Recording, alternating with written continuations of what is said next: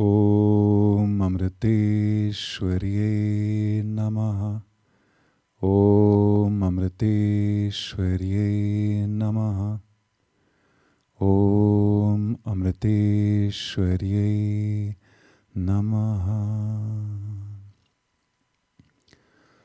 Om Parthaya Pradibodhitam Bhagavata Narayanena Swayam Vyasena Gratitam Puranamunina Madhye Mahabharatam Advaitamritavarshinim Bhagavatim Ashtadashadhyayinim Ambatvam Anusandadhami Bhagavad Gita Bhavedvaishinim Namostu te Vyasa Vishala Buddhe Pullaravinda Yatapatra Netra Yena Tvaya Bharata Taila Purnaha Prajvalito Jnanamaya Pradipaha Prapanna Parijataya Totra Vetraika Panaye Jnana Mudraya Krishnaya Gitamrita Duhe Namaha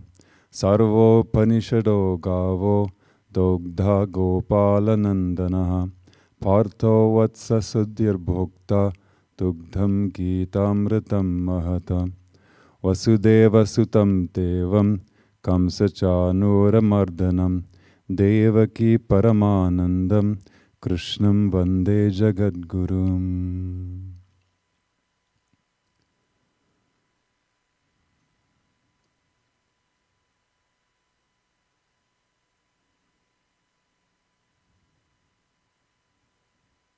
Om Amriteshwarye Namaha. Thank you for joining us again. This is the final class of chapter 17. So we have come a long ways. And in the last class, Krishna finished the main topics of this chapter. Next, from verse 23 onwards, Krishna has entered into the final topic of the chapter. And here we assume that a seeker wants to do only sattvic pursuits with faith, bhakti, and selflessness. But even if all these conditions are fulfilled, due to their ignorance or incomplete knowledge, the seeker may still commit mistakes in the performance of their yajna. Now, when we say yajna, we have to remember it does not mean a fire ceremony. Typically, yajna or yagya means that there's some kind of fire in front of you and you're putting things into the fire. But earlier in the Gita, Krishna said there are many different ways to make your offering. It could be pranayama, it could be fasting, all kinds of things. And even just your daily activities can be considered to be an offering to the divine. So we're taking it in that very broad sense. And in verse 13, Lord Krishna said, the yajna done with no respect to scriptural injunctions, in which no food is offered, which is devoid of mantras, faith, and dakshina. Dakshina means like something you give to somebody who is deserving to receive that donation. This is said to be tamasic. So it sounds somewhat like a ceremony, but it's really, the point is that we should live our lives as though everything was a yajna. But when you read this, verse 13 of chapter 17, it seems pretty scary because Krishna is saying that we might by mistake end up in the category of tamas. So is the seeker's efforts, are they going to go to waste? Despite the fact that they are very well-intentioned and innocent, is there no remedy for the mistakes they might make? And in response to such questions, Krishna gives a method by which the sincere seeker can convert the inferior and defective yajna to an effective yajna. And what is that method? We should remember and chant the name of God, or we could say Guru, as well. Om Tat Sat. For us, it doesn't necessarily have to be Om Tat Sat, I would say, because no mantra is more powerful than the Guru mantra. But you get the idea. As we chant, we can also visualize that we are offering flowers at Amma's feet, because that's the tradition. Or it could be any deity you like, your own beloved deity. It can also be to Brahman. So there are some options there. It's not everything, it's not set in stone. And you should know that at the end of every homa or puja performed by Amma's disciples, we're having one 2 days from today. So we, at the end of the puja or the homa, we always chant mantrahinam kriyahinam bhaktihinam ganeshwara yad pujidam maya deva paripurnam tadastude.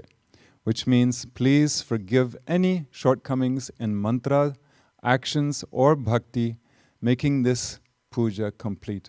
So we pray to the beloved deity, or in the case of the homas, it's the deity that's being invoked at that time. We ask them to make up for all of the mistakes that we made. Basically, it's what you're saying. This might not be perfect, you have to do the rest. This is all I know how to do. And that goes for our entire life, really. We can say that every day. Today I tried to live selflessly, but I know that I made a lot of mistakes. Now, Amma, you have to do the rest. And one other thing you should know before we begin this class, before we start going into the verses, is that Amma's Guru Mantra has bijaksharas. Bijaksharas means seed letters mixed in with the mantras. And the tradition says that you should never chant those out loud. You should never give them publicly where people can hear, because those seed letters have a tremendous power, especially because they're coming from Amma. And it's not child's play, in other words. So it's not a public thing. And there have been cases when people were singing songs that had bija mantras, bija aksharas in it, and Amma said stop the music because it's against the tradition.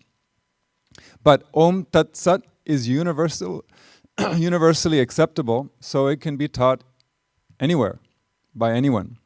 It's not like you're a guru, you just say, hey, in the Gita it says Om Tat Sat, you can try that. And you don't have to worry about whether it's suitable for them because it's universally applicable. Like Om Namah Shivaya. There's no mystery about that. Anybody can chant it. Or Om Amriteshwariya Namaha. So this is like a foolproof mantra. But if you don't have a mantra from Amma, you can use it. Or you can use your Amma mantra if you already have it. The last verse of the previous class was about Om. Om Tat Sat, the first syllable, Om. And Krishna said, by the students of Brahman, the acts of sacrifice, austerity, and charity always begin by uttering the divine name Om, as instructed in the scriptures. Now we're going to hear about the next syllable, which is Tat, in verse 25.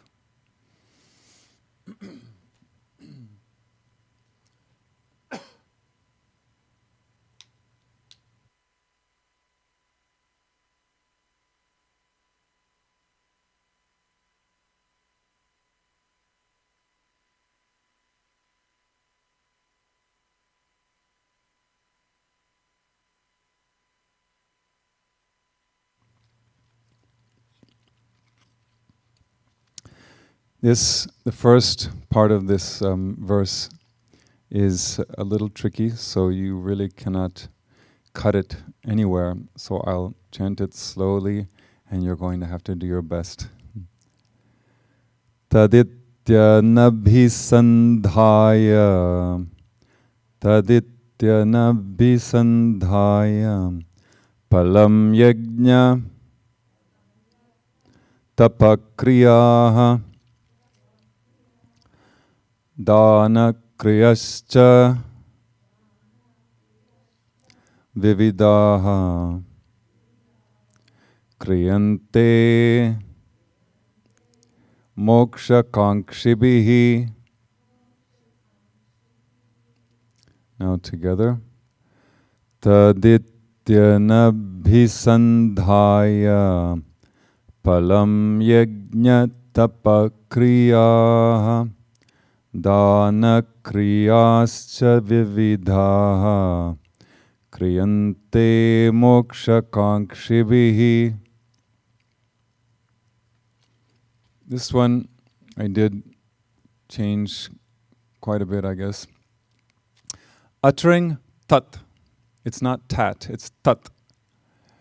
Uttering tat without aiming for fruits, various acts of yajna, austerities, and charity are performed by those who seek liberation. I'll say it again because it's so different. Basically, I'm trying to clean up the language, and I, like I said last time, I think some Westerners find the word sacrifice a little scary, and it doesn't even have to be that word. So we can say yajna and then explain what yajna means. And same thing with penance, really. Penance is a little too much, so austerities is equally valid and doesn't have the unwanted nuances to it. Uttering tat without aiming for fruits, various acts of yajna, austerities, and charity are performed by those who seek liberation. And the commentary of Shankaracharya, it basically just repeats what's in the verse already, so we'll skip that and go to Jnaneshwar's commentary. He has got a lot of... I always say the same thing, but every time I'm so impressed with all these additional angles Jnaneshwar adds to the Gita. This is what he has to say.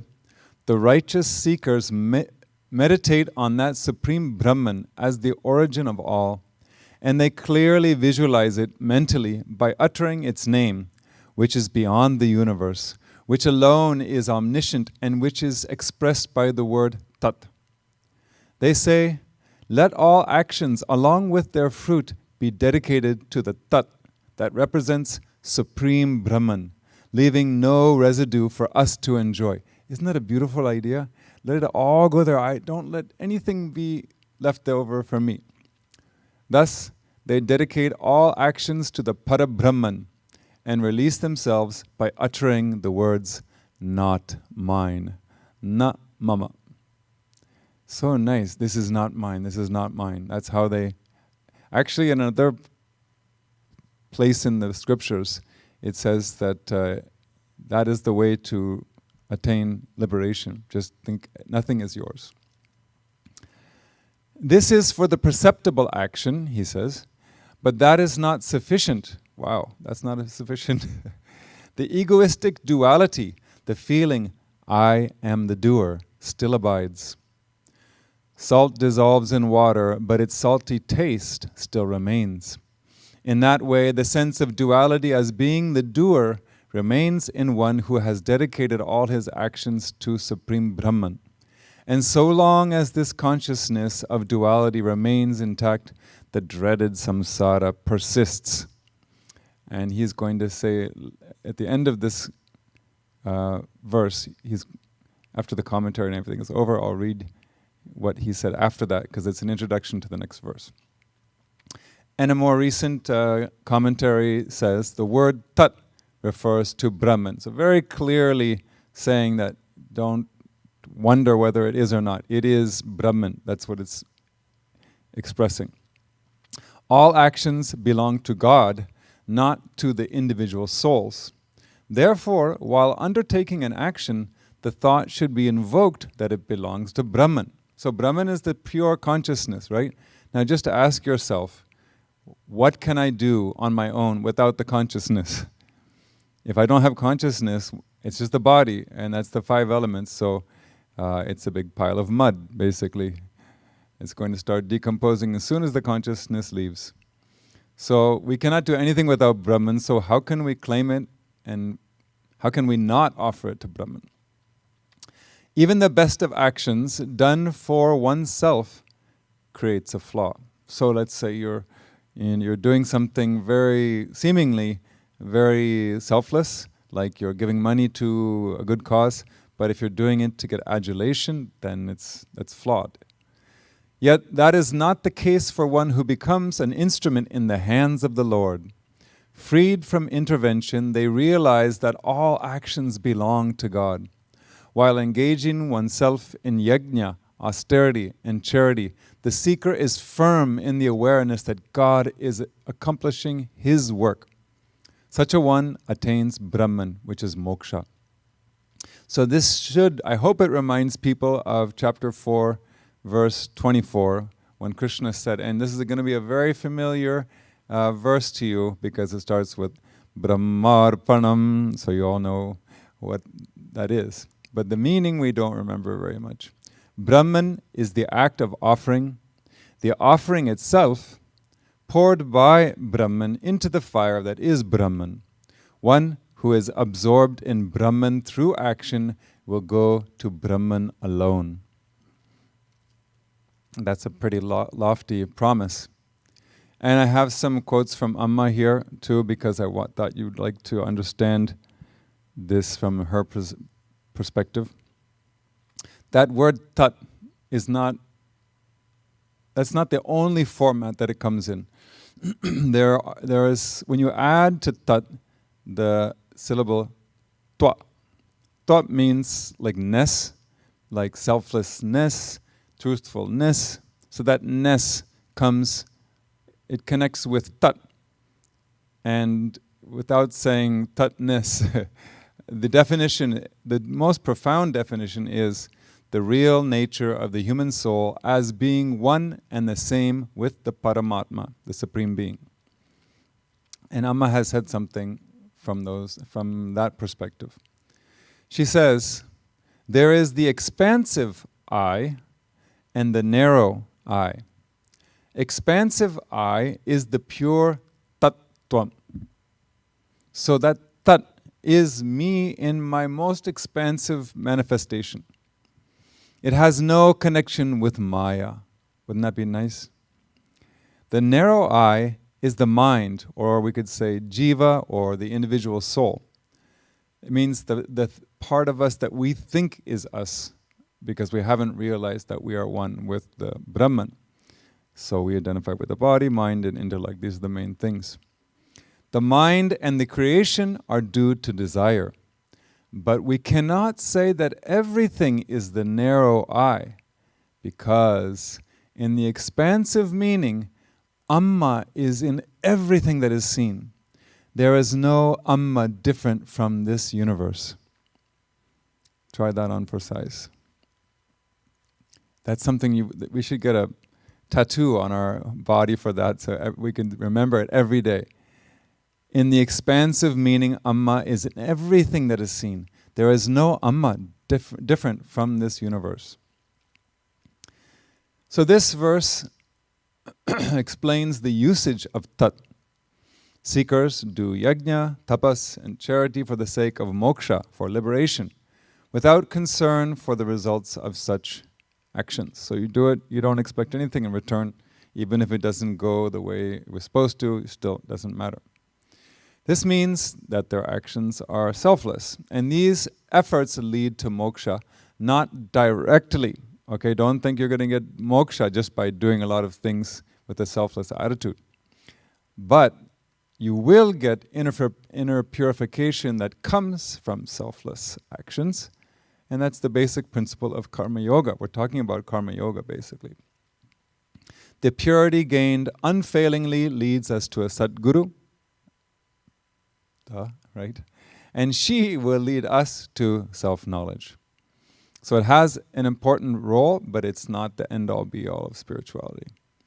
So how do they do all these things? By uttering tat. And just in case you're wondering, there is no rule as to who should use tat and who should use om or sat. In fact, in these days, it has become common to chant all three, om, tat, sat. And in the morning programs, at least in the USA, it's a morning program, you might hear some people, when they finish their talk, they say, om, tat, sat. They're doing that because they know They might have made a mistake somewhere, so they're trying to make up for it, following this instruction of Krishna's. So any one of the three, or all three, doesn't matter. But remember, nothing is more powerful than your Amma mantra, okay? Now that the usage of Om and Tat have been covered, only Sat remains. Sat is reality, so actually that's true in many ways. Reality is the only thing that remains. To be clear, verse 24 gave the usage of Om, and 25 gives the usage of Tat. That's what we just did. But there was no mention of their meanings, right? Well, we didn't really need that because it came up in the commentaries. In the next two verses, Krishna only talks about the meaning of Sat, not the usage. But you don't have to worry because it's the exact same usage as Om and Tat. Since seekers engage themselves in all that thing about engaging themselves in selfless actions and so on, that applies to all three, even though he doesn't say that about Sat. And though the meanings of Om and Tat did not come in the past two verses, you can refer to any commentary, but especially Jnaneshwar's commentary will help you remember the meaning of Om and Sat.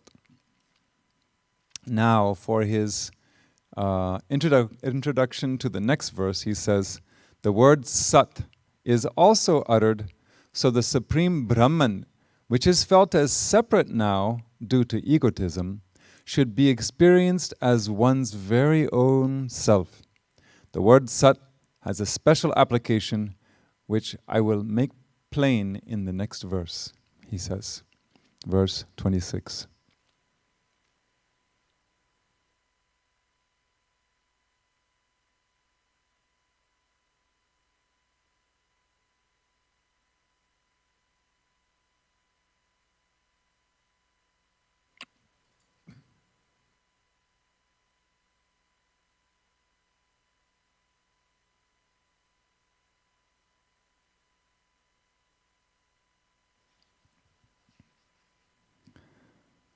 Sadbhave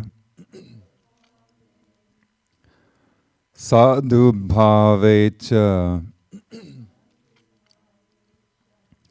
sadityetat prayujate prashaste karmani tata satchabdha partayujate. Now together. Sadbhave sadhubhave cha sadityetat prayujate prashaste karmani tata satchabdha partayujate.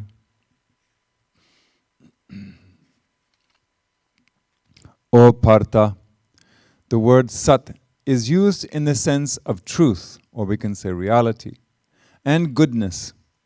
And so also the word Sat is used in the sense of an auspicious act.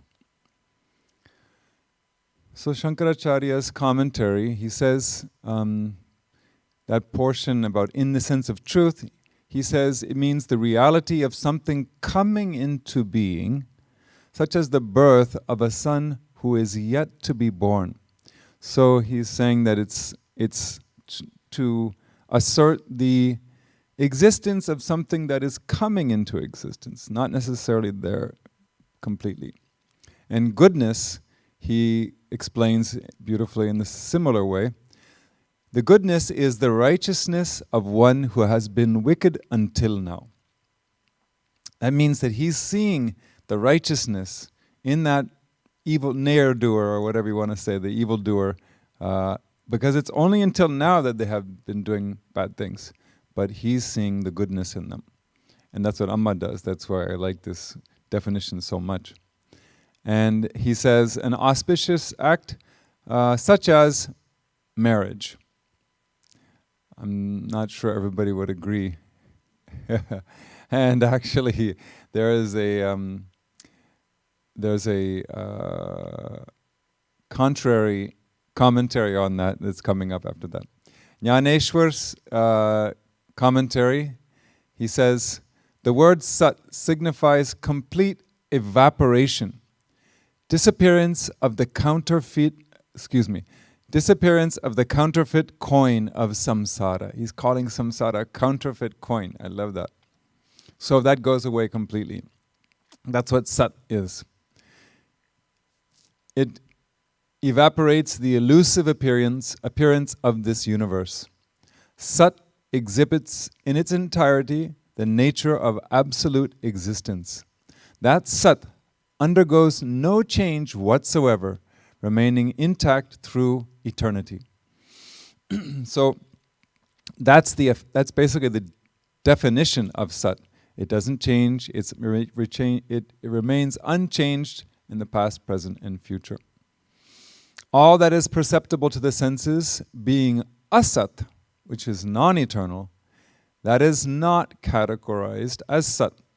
So anything we can see with our five senses, and anything you can see through a telescope or whatever it is, that is not considered to be sat. It is the non-eternal, it is the non-real, because it doesn't fulfill that precondition, because it changes between the past, present, and future.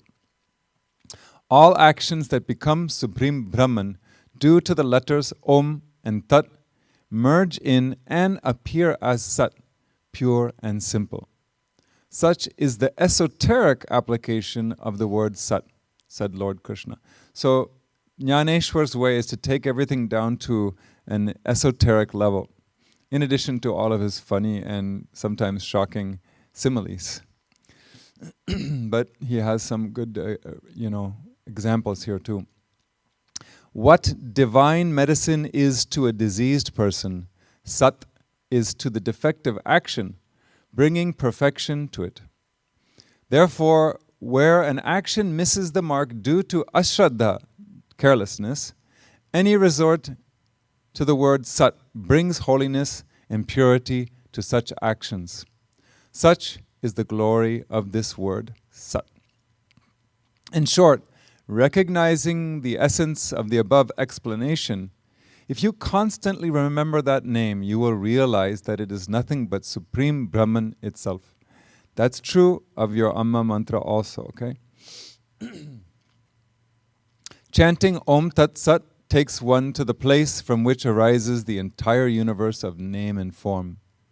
That place is nothing else but the immutable, pure, Supreme Brahman, and the symbol of its inherent power is this, Om Tat Sat. Just as the sky is its own support, this name has an uninterrupted support in itself. As the sun rising in the sky sheds light on himself, this three-lettered name sheds light on Supreme Brahman. Then a more recent commentary says, Brahman alone is Sat and not the Jivatma. Jivatma, like we said a little while ago, is whatever we think is us, the body, mind, and intellect. Still, when a baby is born, it is blessed to be immortal. Obviously, a baby is not going to be immortal, but you make a prayer and you say, oh, may he live forever.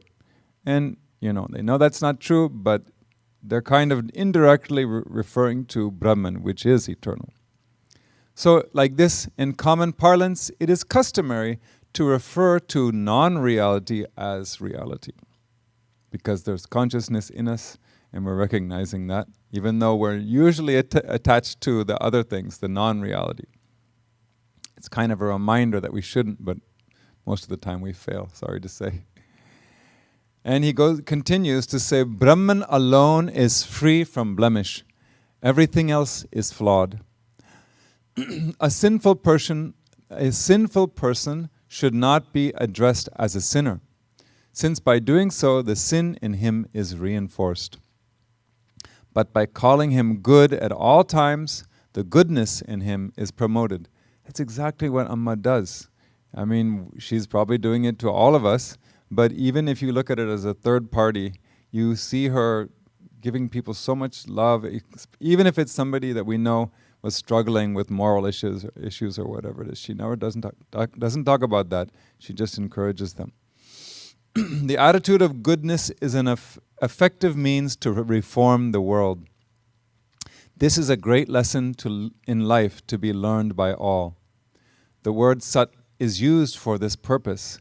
This is a unique standpoint on this sat. He's saying that it's being used to make the potential reality an actual reality. The word sat is used in blessing, approval, and commendation. Discerning people know for certain that marriage is the cause of downfall. He said it a little too bluntly, I'm sorry. It's not me. It is inauspicious act in life. It's not auspicious, inauspicious.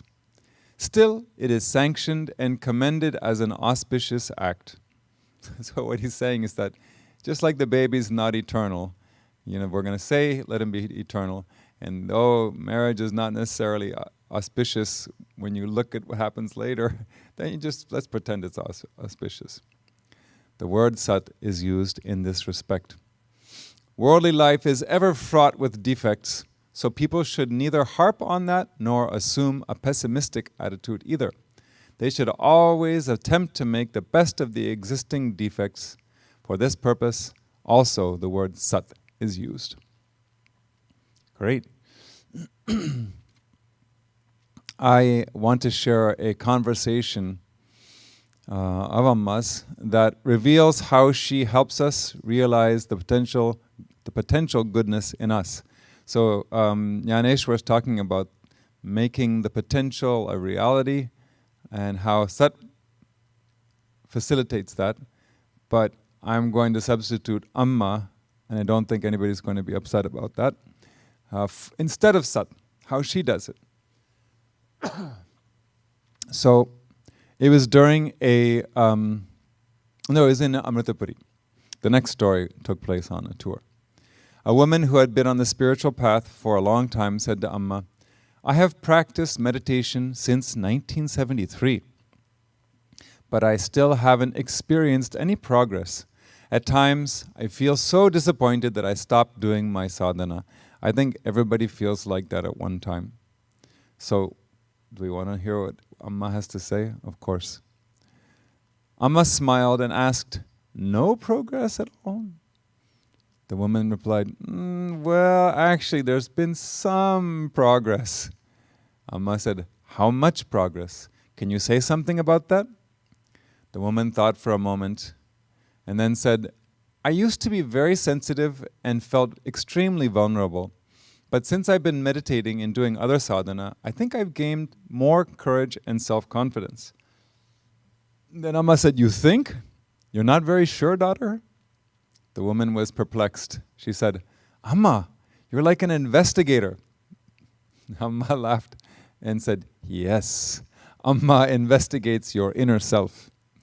She tries to pull out the old in order to make space for the new. Because we're not doing it, so she has to do it on her own." Amma gazed lovingly at the woman, then put her arms around her and hugged her affectionately. "My daughter, a spiritual seeker must have a lot of patience and enthusiasm. There are some who are patient but not enthusiastic.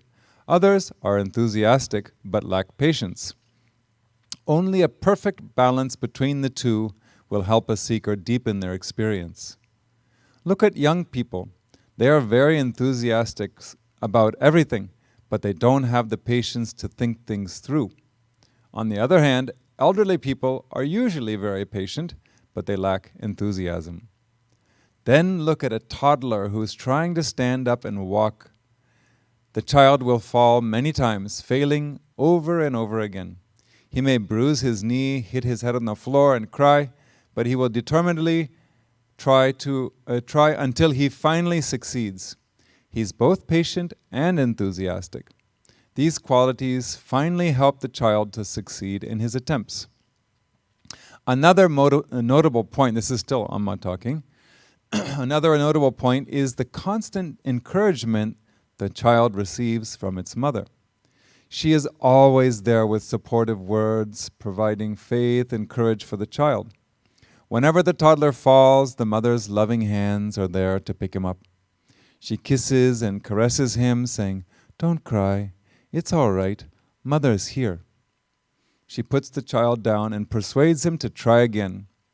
This happens innumerable times before the infant is finally able to stand on his own feet and walk with steady steps.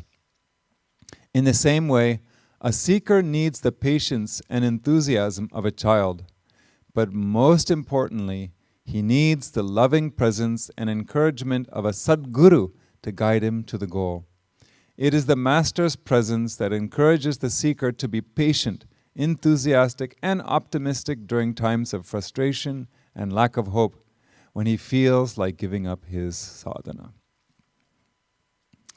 Now we know what we should be relying on. In this and the next verses, Krishna is giving us 5 meanings for the word Sat. If we didn't get that 5 meanings there's actually 3 meanings in this verse. We'll go over them very clearly. Of those 5, we're getting 3, and those 3 are truth, goodness, and an auspicious act. Truth, we could also call it reality. It means a kind of existence, like a device that you might use to watch this video, or you can say, my computer is here, or my phone is here. That is represents Sat in the sense of existence. Unless you want to take it as the way Jnaneshwar has said it, that it's a potential existence. Goodness means nobility, kindness, moral excellence, virtue, saintliness, and so on. And an auspicious act can be regarded as a noble action, an action that brings good karma or a good deed. And in the next verse, we will hear 2 more meanings for Sat in verse 27.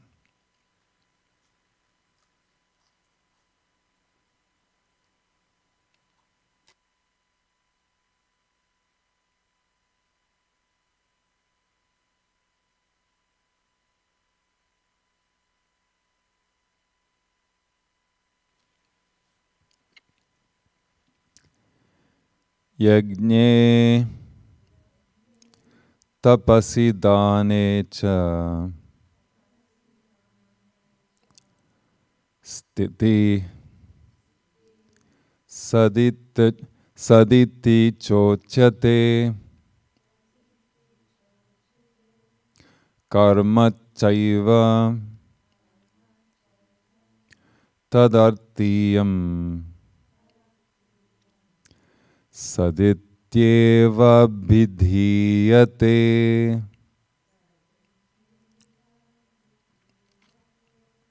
Now together. Yagne tapasi dane cha stithi saditi chochate karma chaiva tadartiyam sadit Tyeva bidhiyate.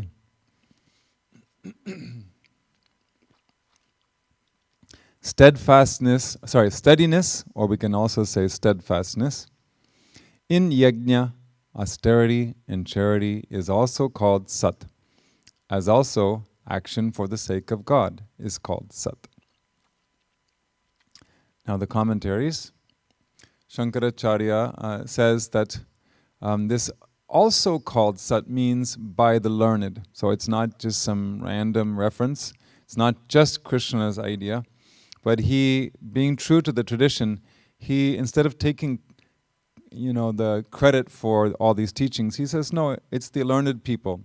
The people who know the scriptures and the Vedas, they're saying this. So, if Amma says to you, she gives you a teaching and she says, this is verified by the Vedas, you will be like, who cares? If you say Rama, that's good enough. But don't forget, Krishna and Arjuna were friends for decades. And Arjuna didn't see him really as a guru in that sense. So, and that might be another reason why Krishna had to refer to the Vedas. But for us, it should be good enough that, the Gita says it, and also basically the Vedas say. And then when he says, is called Sat, he's referring to the acts of yajna, even if they are not sattvic or perfect, acquire all good qualities and a sattvic nature if one employs Om Tat Sat with faith. Very important. We're going to find out in a little while. So we keep hearing this. It's going to be purified if you use Om Tat Sat. You can use that, but also remember that if you're not using your mantra as much as you should be, these are plenty of reasons to should make us want to resume it more. Jnaneshwar has his commentary as well. This name is not only a group of 3 syllables, Om Tat Sat, but is Supreme Brahman itself. We've heard that many times, but repetition is needed when we need it, right? In that way, whatever action is performed, and whether it reaches its successful termination or remains incomplete, all such acts become Supreme Brahman in essence, if dedicated to the Supreme Brahman. So you can't do it with any kind of desire in your mind or thinking like, maybe this will happen if I do this. You just give everything to Amma, and then it will be perfect. And he has another beautiful simile here. Rivers, once they merge into the sea, cannot be identified individually. In that way, when actions are dedicated to Supreme Brahman, there remains no distinction in them, such as perfect or imperfect. O Prince, he's talking to Arjuna, have you now come to know Om Tat Sat in its essence? May complete faith in that name pervade you perpetually. Once it dawns, it removes all trace of the bonds of birth and death.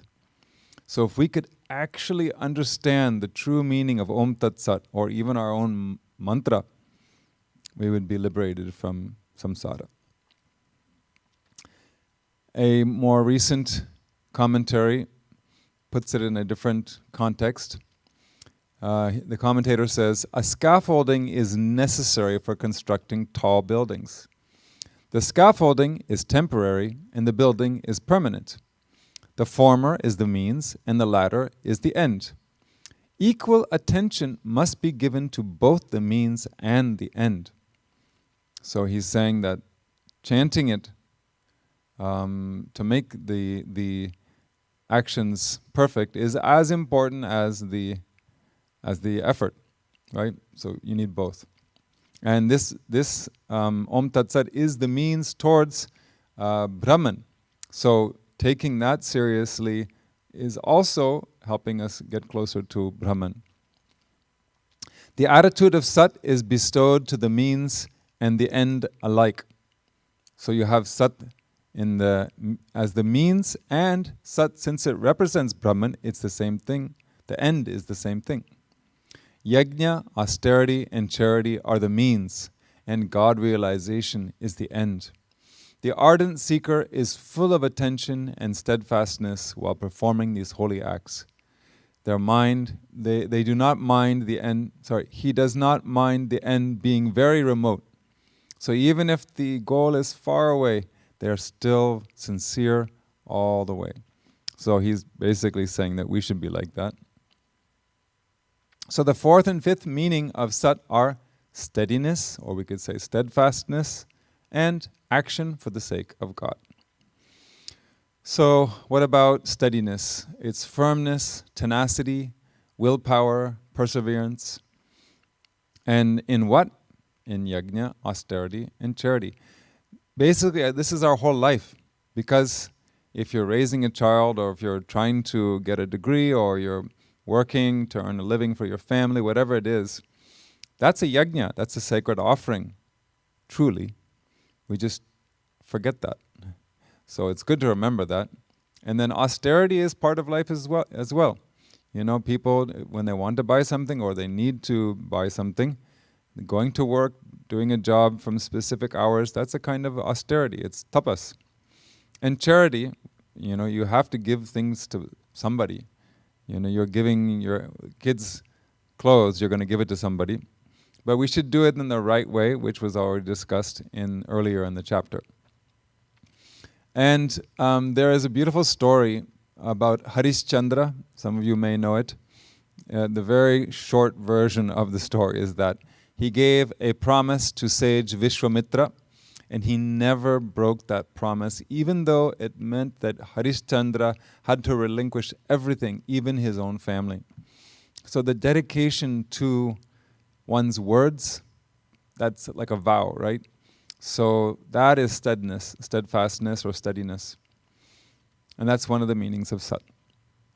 An action for the sake of God, what does that mean? It means any action done for the sake of the Lord, for Amma we could say. That includes any action that is mentally dedicated to God.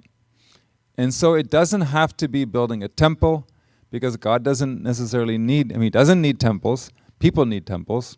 So we should not say we're building a temple for God, we're building a temple for people and ourselves. So He doesn't need that, He doesn't even need our money, but we need inner purification, and dedicating all our actions to God is the way to fulfill that need of ours. This is the basic principle of Karma Yoga, which Krishna gave us in chapter 3, verse 9. Accepting actions performed for yajna, this world is in bondage to action. For the sake of yajna, engage in action free from attachment. Then in verse 30, he said, surrender all actions to me by maintaining your awareness in the self, freed from longing and the sense of mine. In this way, any action performed as an offering to God or Guru, or we can just think of them as the same thing, that is a meaning of Sat. And what is the difference between an auspicious act from the previous verse and the action for the sake of God in this verse? They sound almost the same, right? But understand that in the previous verse, it was about great actions, some big things, you know, where here we can talk about anything. Any kind of action falls into that category of an action for the sake of God. Even our ordinary daily actions qualify as Sat, so long as they are offered to God or Guru. And to give you some examples, building a school or an orphanage is an auspicious act, or would be considered an auspicious act. And just watering the trees or vacuuming the floor at your house, if you do it as an offering to Amma, or you can do it in the ashram and say, oh, I'm cleaning Amma's ashram, that is an action for the sake of God. But only if we renounce it and renounce any personal benefit from it.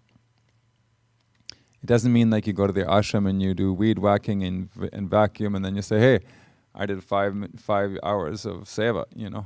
It's like, okay, you just lost all the good karma you could have got out in the inner purity. Also building, like for example, building a temple, things like that, involve a lot of effort and money, which is not possible for everyone. And even for those who have the means, they still cannot do it every day. You can't build a temple every single day. However, sweeping the floor, washing dishes, making food for your family, all these things are daily activities that anybody can do at any time. And the key point is just that the action should be dedicated to God or Guru. Sadly, that key point is not so easy to remember. It is precisely because they are all daily activities that we do them too mechanically. For Amma, however, there are no ordinary activities, only extraordinary activities. Each and every action is an opportunity to remember God. Even eating a meal, like Brahmarpanam, which is seemingly one of the most selfish things we do. To sum up, the 5 meanings are truth, or you could say reality, goodness, an auspicious act, steadiness, or we can say steadfastness, and action for the sake of God. And with this, the meaning of Sat is over, but Krishna didn't say how to use it. Like we said before, the usage is the same. You chant it during any action to make sure that it is perfected, even if you make mistakes. Now, what is the purpose of chanting Om Tat Sat or any other mantra? The purpose is to convert all of our actions into sattvic actions. Even our flawed attempts will be rectified through mantra japa, but it's not going to fix the physical flaws. It's going to affect inside of us, and there will be some positive vibrations in the air for other people around us. The key precondition is that we must have faith, devotion, and selflessness. In essence, we are converting the tamas and rajas in our mind into sattva. It's not the actions per se that need to become sattvic, it's the mind. Once the mind is sattvic, all of our activities are going to be sattvic. And in the next and final verse, Krishna concludes by returning to the original topic of the chapter 17, which is Shraddha, or faith. Like Amma often does, Krishna has covered a variety of topics, even though Arjuna didn't ask about them, because he needed them and we needed to hear them as well. So it comes out of Krishna's compassion. Even still, he comes back to the importance of faith, saying that all these teachings are only valid if there is Shraddha.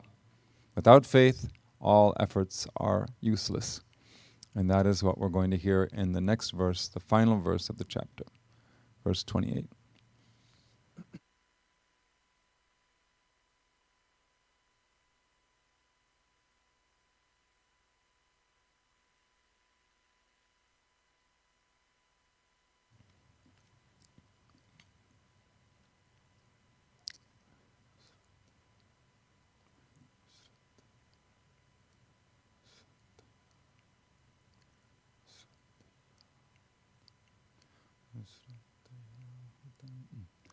Asraddhaya hutam dattam tapastaptam kritanchayat asad ityuchate partha nachatat pretya no iha. Now together.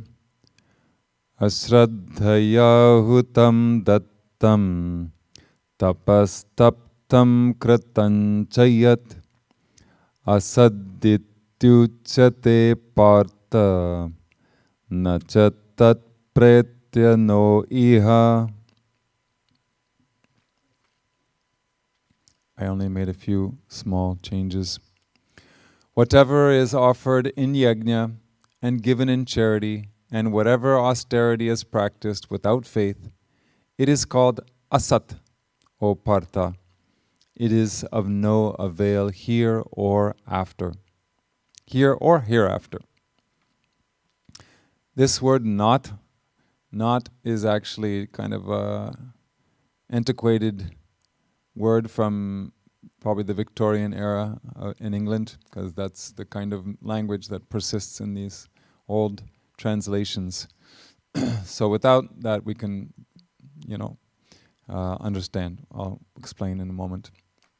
Shankaracharya's commentary, without faith means you give to worthy people, etc., but without faith. So let's say you go to a temple and you do annadanam, you give food to everybody, and then you do it just because you want people to see you. Oh wow, he's doing a big annadanam at the temple. That means we don't have real faith, because the scriptures say you shouldn't do it that way. So it's an example of doing something that looks good but without faith. And it is called asat, since they are outside the path to realize me. So asat means it's actually non-existent or it's unreal. Like we said before, this whole world is unreal because it changes. Amma says that it doesn't mean that it doesn't matter. It doesn't mean that it doesn't exist in one sense. It is as painful as it can get. Just like in a dream, if you're dreaming and you get bit by a tiger, it might hurt. So like that, it has a level of truth in our experience, but it does not count in the calculations of supreme truth, of the supreme reality. Then he says, though entailing much trouble, it is of no avail here or after, as it is condemned by the wise. It is neither of any use here, nor can it produce any good in the hereafter. Hereafter means after death. Jnaneshwar has, of course, his own version of this. Performance of millions of rituals, giving charity of gems, or doing tapas by balancing the body on a single toe for 12 years, or constructing an ocean-sized reservoir of water, because building reservoirs was considered a really auspicious action because people need water. Such actions are all of no avail. They only break the backbone of faith or increase the conceit of ignorance. So he's saying without faith, that's what happens. And he continues to say, they are like raindrops falling on a rock, or offerings made on ash instead of fire. When you make an offering, it has to go into the fire, right? So you're putting it on the ash is not going to do anything. Or like trying to embrace a shadow. All pomp and exertion pertaining to them prove useless. Such actions only bring poverty. Performance of such actions with absolutely no faith gives no enjoyment of happiness in this world. Then what to say of the other world? Such actions only become a source of worry here as well as in the other world. So you don't get any happiness, but you get worry, and even after you die, you have more worries. A more recent commentary, the commentator says, Yajna, austerity, and charity lead the seeker to God consciousness when performed properly. The feeling of separateness in them is eliminated. But if these good acts are done with a selfish motive, their individualism grows, promoting his enjoyment of earthly pleasures. Faith is indispensable for the enjoyment of both the divine prosperity and earthly joys. But one who lacks in faith enjoys neither here nor hereafter. And this is a great example. Machines make no progress for themselves through their working. They simply wear out. One without Shraddha becomes an automaton, like a machine. Only one who is full of faith progresses in life. Getting educated and earning money are mere earthly activities. If wealth is left to the disposal of a faithless person, he will squander it in no time. Hence, faith is the one divine gift endowed with which one makes progress, both in their earthly life and in their spiritual pilgrimage. Whatever duties arise in our endeavors to gain here and after, we must perform them with faith. As each action is inherently defective, all blemishes can be overcome by uttering Om Tat Sat at the commencement of every undertaking, and by attuning the mind to the ideal conveyed by this name of Brahman. This indeed is the means to attain the Supreme. So here is the interaction I was talking about before, which took place during an Indian tour. There was a woman who was talking with Amma. Amma used to go in the bus, actually, with all the brahmacharis and brahmacharinis, because there was only one car, and it was a big bus. Oh no, actually it was a small bus, but it was big for those days. She was talking with a woman who I think probably was complaining about somebody to her. She says, "Daughter, there are people of different natures here in the ashram." That's what it means. "You shouldn't try to argue with them. Each one's experience is their valid means of knowledge. We might not even believe others' experience, even if they tell us. When we tell our experience to others, let them accept it or reject it.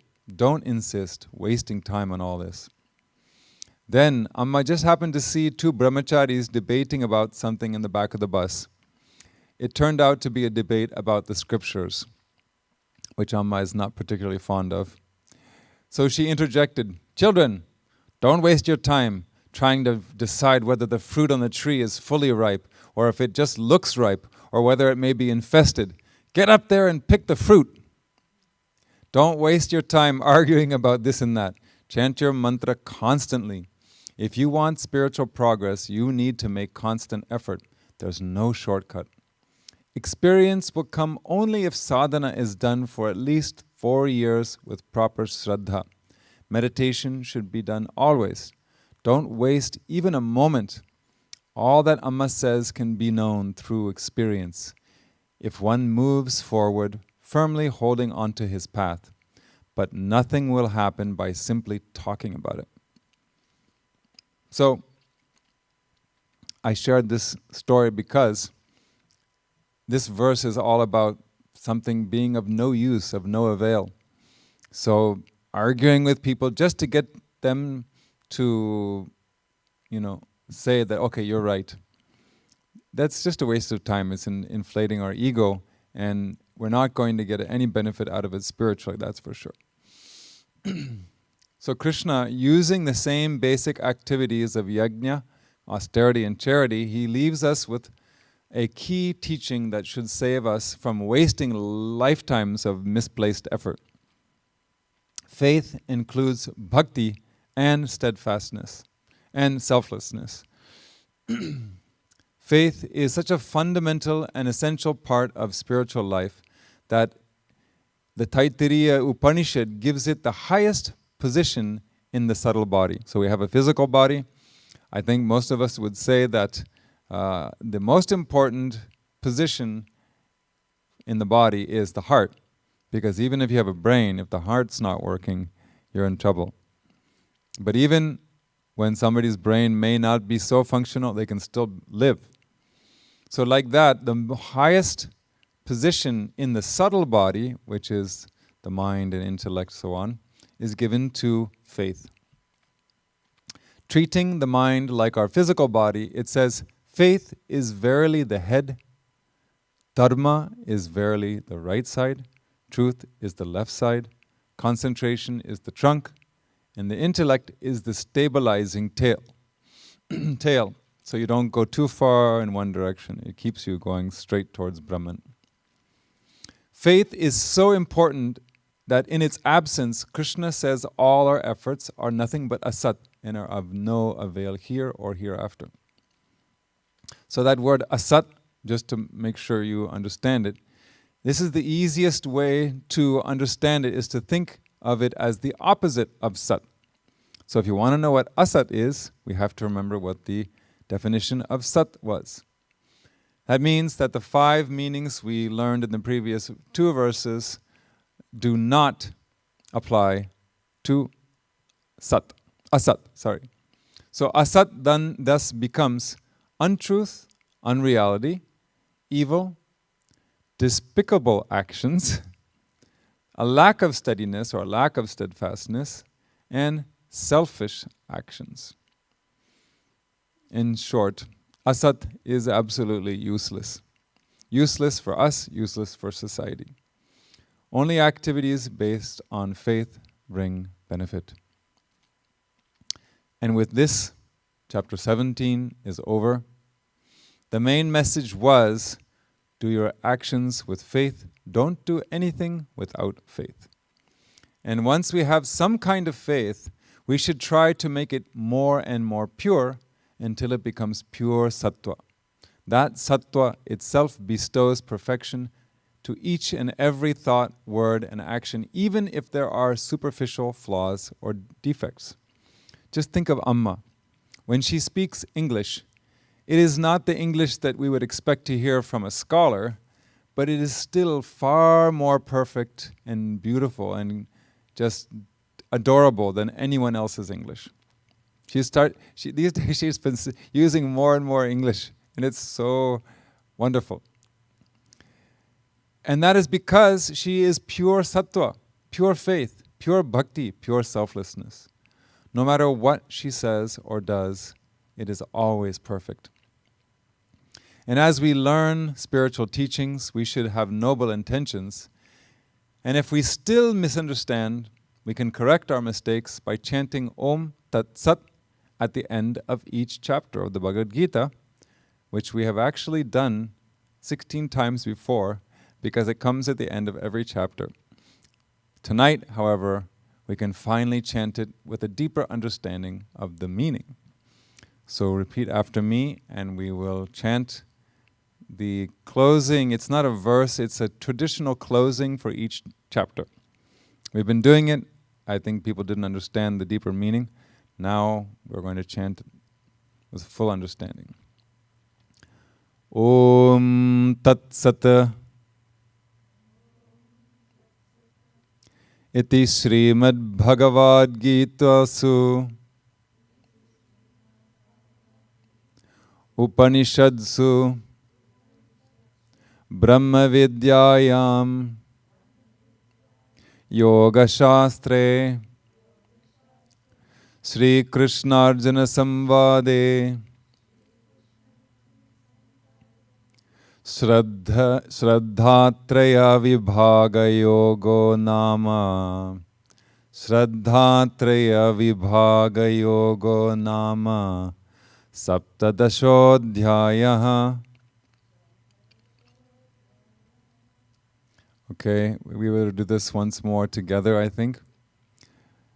Om Tat Sat Iti Srimad Bhagavad Gita Su Upanishadsu Brahma Vidyayam Yoga Shastre Sri Krishna Arjuna Samvade Shraddhatraya Vibhaga Yogo Nama Saptadashodhyayaha. The meaning being, Om Tat Sat. In the Upanishad of the Bhagavad Gita, the knowledge of Brahman, the science of yoga, and the dialogue between Sri Krishna and Arjuna, this is the 17th discourse designated the yoga of analyzing Shraddha. So, I hope you realize that Bhagavad Gita was given the status of an Upanishad. It is indeed considered to be as authoritative as any other Upanishad.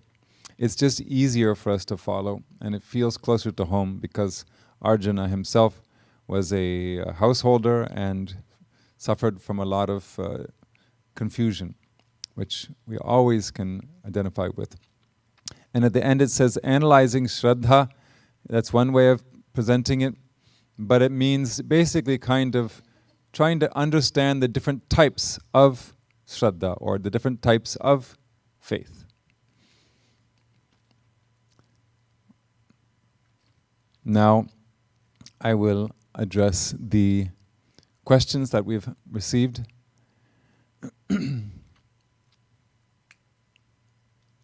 And I should also say that next Thursday I am leaving for Japan for a month. So instead of going over, do the full review of chapter 17 today, which I normally would do, I think it's better for me to do that when I come back, because anyhow, everybody's going to need a refresher, including me maybe. So that's the plan for me, and we'll instead hear these questions and see if I can respond to them. A person sent him a question about the lotus feet of the Guru. She says, I think it's a person who sent it before, a woman. It took me a long time not to feel awkward seeing an altar with two photos, one of Amma's face and the second with Amma's feet. I used to wonder what happened to Amma's body from neck to ankles. I think you think a little too much, maybe. I have come to accept the images and the general significance of bowing to the Guru's feet, but I think that is a rajas approach, and would love to have that aspect of my devotion completely pure and sattvic. I have found the following through a Google search regarding bowing to the lotus feet of the Guru, and there's 1, 2, 3, 4, 5. 5 potential explanations of the importance of the Guru's feet. And I'm not going to go by those. I just think we can talk about something. We talk about it in a different way. First of all, I think sometimes we get too mired in our intellect and analyze things too much. So I invite you to revisit the words that we quoted last week about humility. Hopefully that should be enough to convince us to bow down, not just to Amma, but to the whole universe. We even need the blessings of insects and worms to survive on this planet. So what isn't worthy of our worship? That's the question. But what Amma said was, children, however much rainwater falls on the mountaintop, it will not remain there. It will flow down to the river below. The low-lying ditch receives the water from all sides. This is the greatness of humility. Everything will come running to the place where there's humility. See, everything comes to Amma automatically. We should know that everything is within us. There is a huge tree dormant in the seed, but only if the seed is buried in the ground will the tree sprout. If the seed egotistically thinks, "Why should I bow down to this dirty earth?" then its real nature cannot manifest. Likewise, only if we cultivate and develop humility is it possible to realize the supreme truth, our real nature. So, bowing down at people's feet, especially at a guru's feet, is a wonderful way to cultivate humility. And if you were not familiar with the Guru Padaka Stotram, it is a beautiful poem, you could say, that just praises the Guru's sandals. But I hope everybody understands that the Guru's sandals are simply a symbol for the Guru's feet. So this is actually composed by Adi Shankara, the same commentator that has provided amazingly brilliant intellectual responses to the Gita and commentary and so many other Upanishads. He has argued with himself, played the devil's advocate with himself, just to clarify the kinds of misunderstandings that existed at his time. On top of that, he had tremendous devotion. And since we still have time, I'm just going to read the whole thing out. And from this, we can gather 18 reasons to bow down to the Guru's feet. My prostrations to Sri Guru's padukam, I mean sandals, which serve as the boat to cross this endless ocean of samsara, which endow me with devotion to the Guru, and which grace with the valuable dominion is a little weird English. And which bless us with the valuable dominion of renunciation. Okay, that's a better way of saying it. My prostrations to Sri Guru's sandals, which serve as the downpour of water to put out the fire of misfortunes, which remove the groups of distresses of those who prostrate to them. Prostrate means bow down. It's not a common word in America, or pretty much anywhere, I think. My prostrations, or my salutations to the Guru's sandals, adoring which the worst poverty-stricken have turned out to be great possessors of wealth, and even the mutes have turned out to be great masters of speech. You might have heard people say at the beginning of their speeches in the morning next to Amma, that they chant this this part of the verse, they'll say like mutes have been turned to be great masters of speech because of the Guru's padukam, sandals. So they're invoking Amma's grace so they can speak well. My prostrations to Sri Guru's sandals, which remove all kinds of ignorant desires. All desires are ignorant, right? And which fulfill in plenty the desires of those who bow their heads to them. So they remove all the desires, but if you have any needs or you have some desires, selfless desires, you will get those just because of the Guru's grace. My prostrations to Sri Guru's sandals, which shine like the precious stones that adorn the crown of kings, by bowing to which one drowned in worldliness will be lifted up to the great rank of sovereignty. My prostrations to Sri Guru's sandals, which serve as the sun smashing all the illusions of sins, which are like Garuda birds, that means that the eagle, like the eagle in front of serpents. You know, snakes don't like eagles because they are going to get eaten by them. So the sandals are like eagles in front of snakes in the form of the 3 pains of samsara.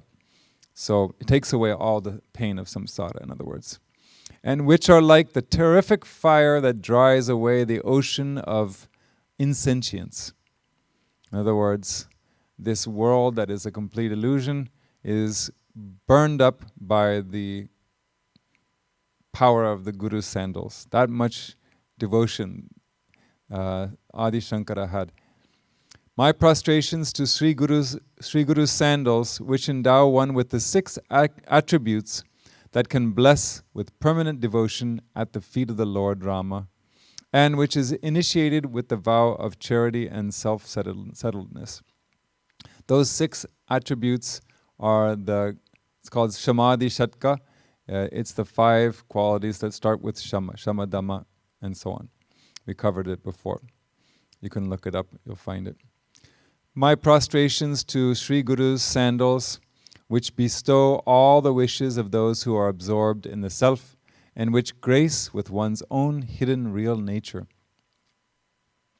My prostrations to Sri Guru's sandals, which are like eagles to all the serpents of desires, and which bless with the valuable treasure of discrimination and renunciation, or we could say discernment and renunciation, and which enlighten with bodha, or means awareness, the true knowledge, and bless with instant liberation from the shackles of the world. Well, if that's not enough reason to bow down to the Guru's feet, I don't know what is. There was one more question. 1 or 2? Yeah, one more question.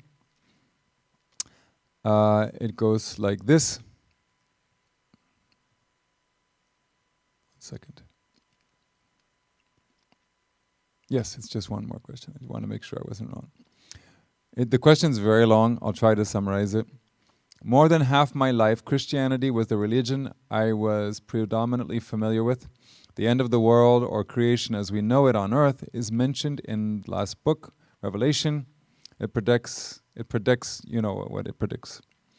Believers in God will go to heaven and non-believers will go to hell. Hinduism talks about the cycle of yugas and the end of the world happening during pralaya, at the end of the creation.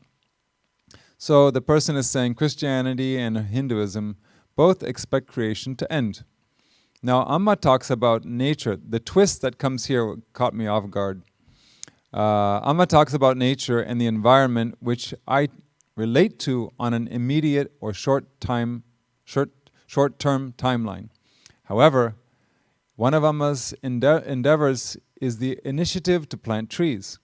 The issue I have is that I am often not enthusiastic towards this effort because I feel before the trees have time to mature, the world is going to end, so what is the point? I realize the multiple facets of potentially irrational negativity that go along with my thinking. How do I develop enthusiasm and conviction towards seva, not just trees, work done without any expectations, being applicable to all actions, including long-term initiatives such as tree planting? Okay. Although part of it to me doesn't make sense. It's still the idea of, increasing your enthusiasm towards doing something like this. Let's just address that. So I am with you up to the part about the end of the world as we know it. And yes, heaven and hell are always a reality in some way. But I would say Amma emphasizes the heaven and hell that is on this world, this planet. A lot of people have experienced a situation while living, not after dying, which they would have called hell.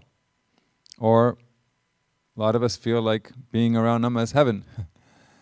Even her ashrams are like heaven. So it doesn't have to be like after the whole creation is gone. And those who believe, the believers, so to speak, those who believe in a higher power, they have a chance to free themselves from samsara because they believe that it is possible. But those who don't have faith, how can they pull themselves out of samsara? Because they don't believe in anything else. So in that sense, we can say, yes, they're going to go to hell because they haven't recognized their own potential. It's not like somebody's, happily, eagerly throwing them into hell. They're doing it to themselves. Over many lifetimes of suffering, all of us finally came to the conclusion that spirituality is important. What a revelation. And that is for everyone. So the same process of evolution for everybody, but different kinds of paths, like Amma was saying, different speeds, different mental makeup, all these things.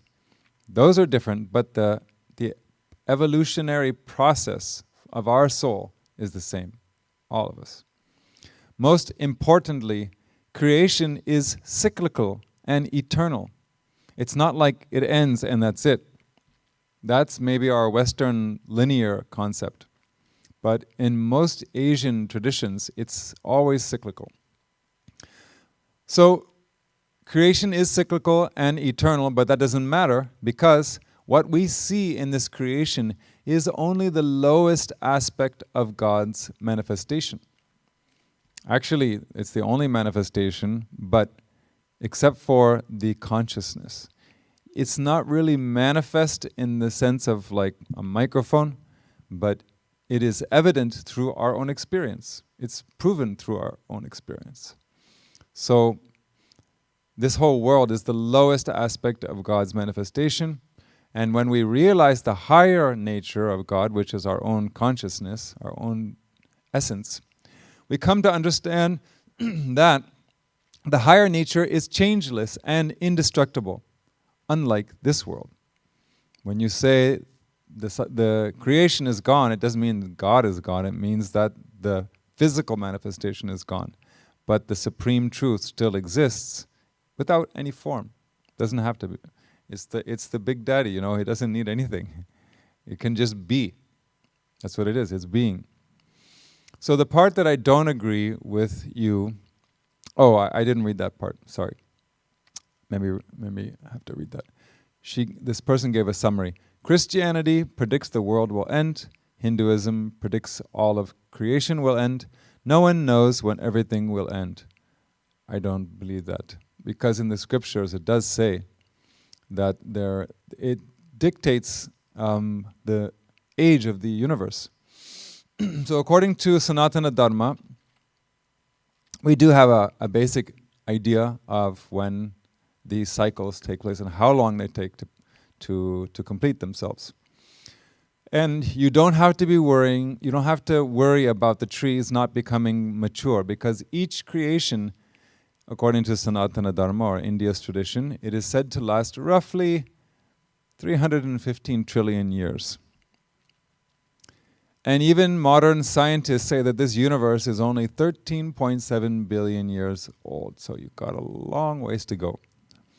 If we use a single day, or 24 hours, to compare the duration of the entire creation with the universe's present age, we haven't finished even 4 seconds yet. We have 23 hours, 59 minutes, and 51 more than 56 seconds left. I think your trees are not going to have any problem.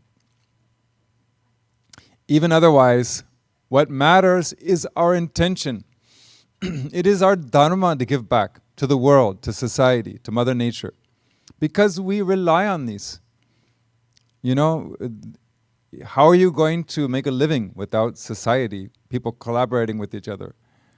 We need other people to help us, just like we have to. They need us to help them. And Mother Nature, I mean, we take so much from her. We should care for trees and other plants like a mother takes care of her baby sincerely. Not knowing how long the child will live or whether the child will return the favor when the mother becomes elderly, she still does it.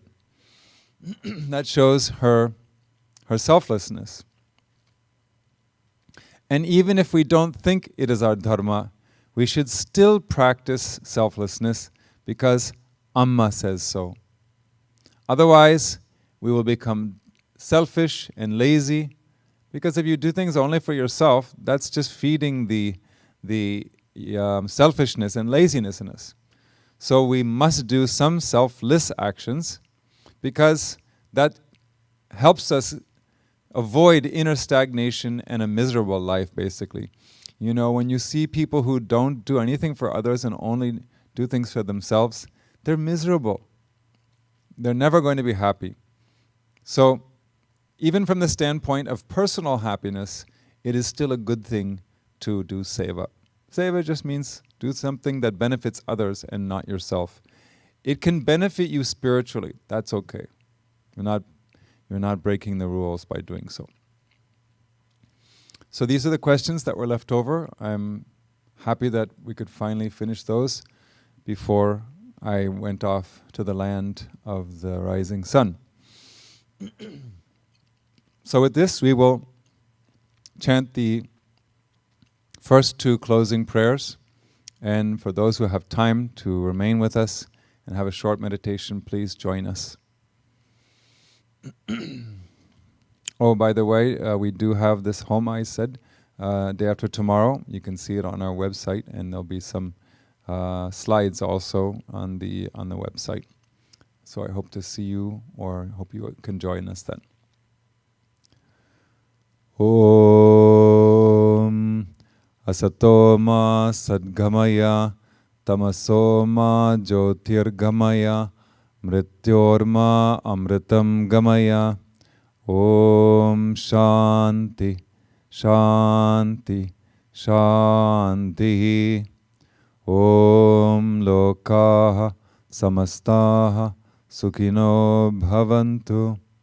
Lokaha Samastaha Sukhino Bhavantu. Lokaha Samastaha Sukhino Bhavantu. Om Shanti Shanti Shanti. Om Shri Gurubhyo Namaha. Harihi Om.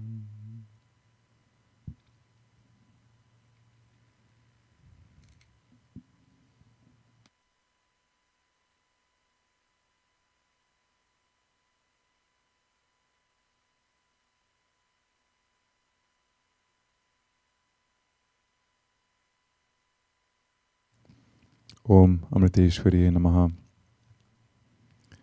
Let us meditate together for some time. Check your posture.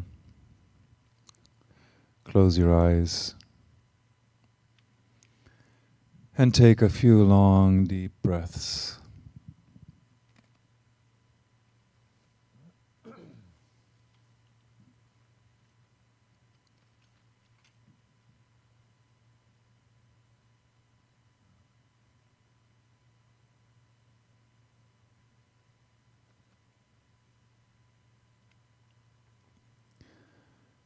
With each long, deep breath, feel your body and mind relaxing further and further.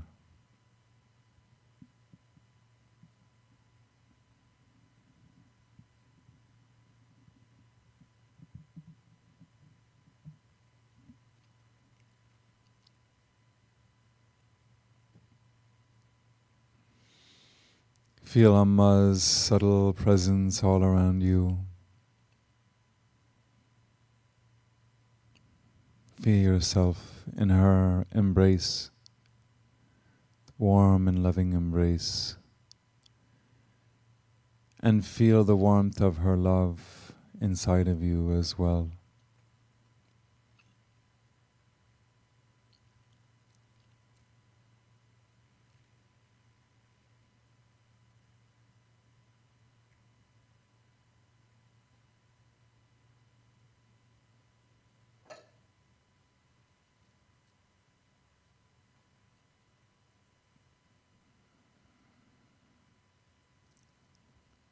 Now shift your attention to the rhythmic flow of your breathing.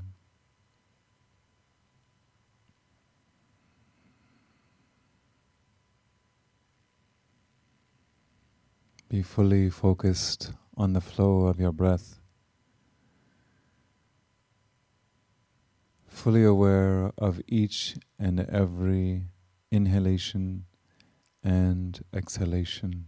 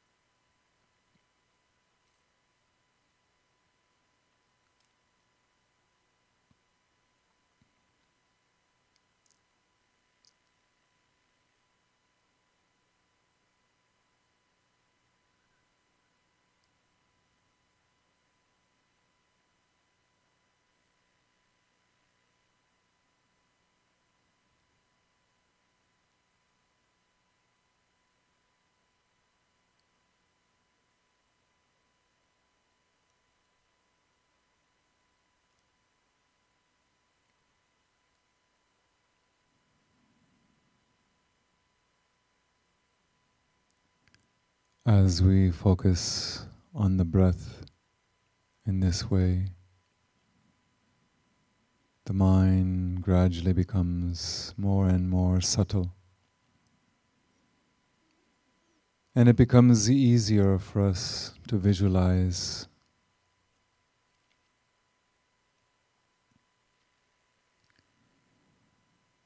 So let us put these teachings to use by visualizing some action we performed recently. Perhaps it did not go very well, or maybe you felt it could have gone better. Try to revisit that moment and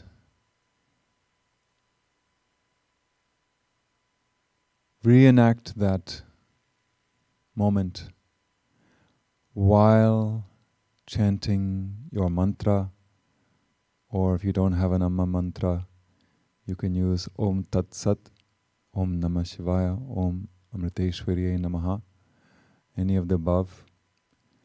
But try to see yourself going through that same experience with a very peaceful flow of mantra in your heart the whole time. And see yourself being peaceful, selfless, and with full faith in the power of the mantra, as Krishna says.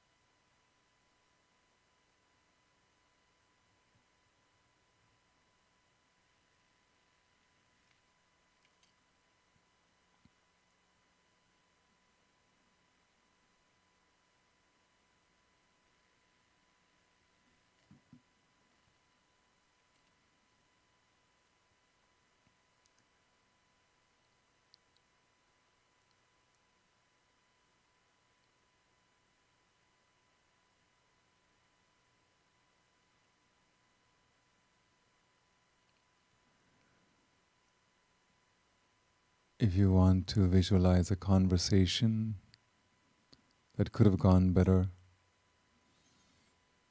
you cannot chant your mantra the whole time, but while the other person is speaking, you can listen quietly and chant your mantra as you do so.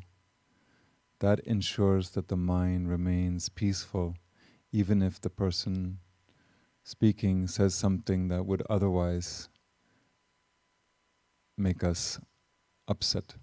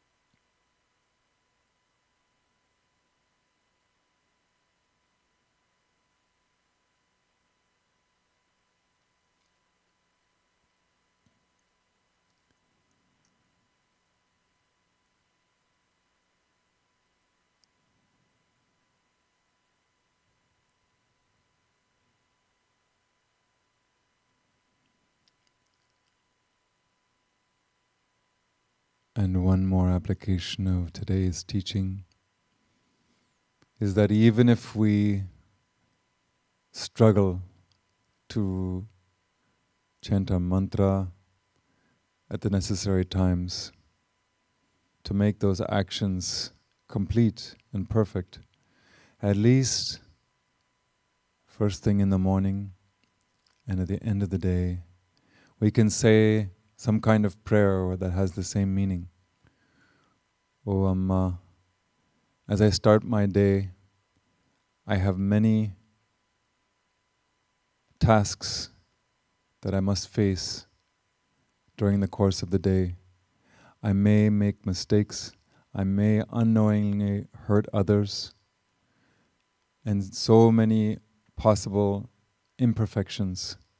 Please help me to make all of these tasks perfect, just as you are perfect. And at the end of the day, we can say something similar. Oh Amma, I tried to be a good seeker, a good devotee, a good disciple by chanting your name or my mantra throughout the time, but many times I forgot. Only by your grace can my actions of the day can become complete. I surrender all of them to you.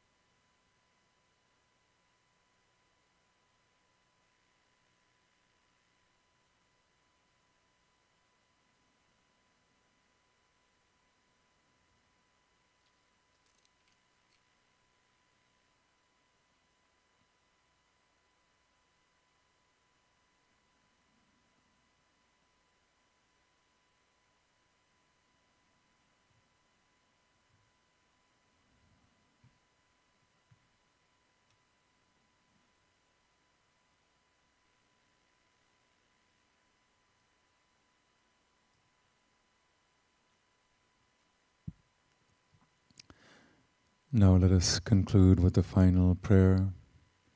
Take a deep breath. Om Purnamada Purnamidam Purnaad Purnamadachyate Purnasya Purnamadhaya Purnameva Avashishyate. Om Shanti Shanti Shanti.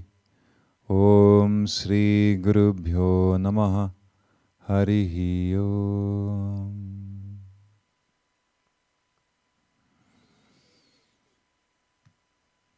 One more long deep breath. And as you exhale, you can slowly open your eyes. Om Amriteshwariye Namah.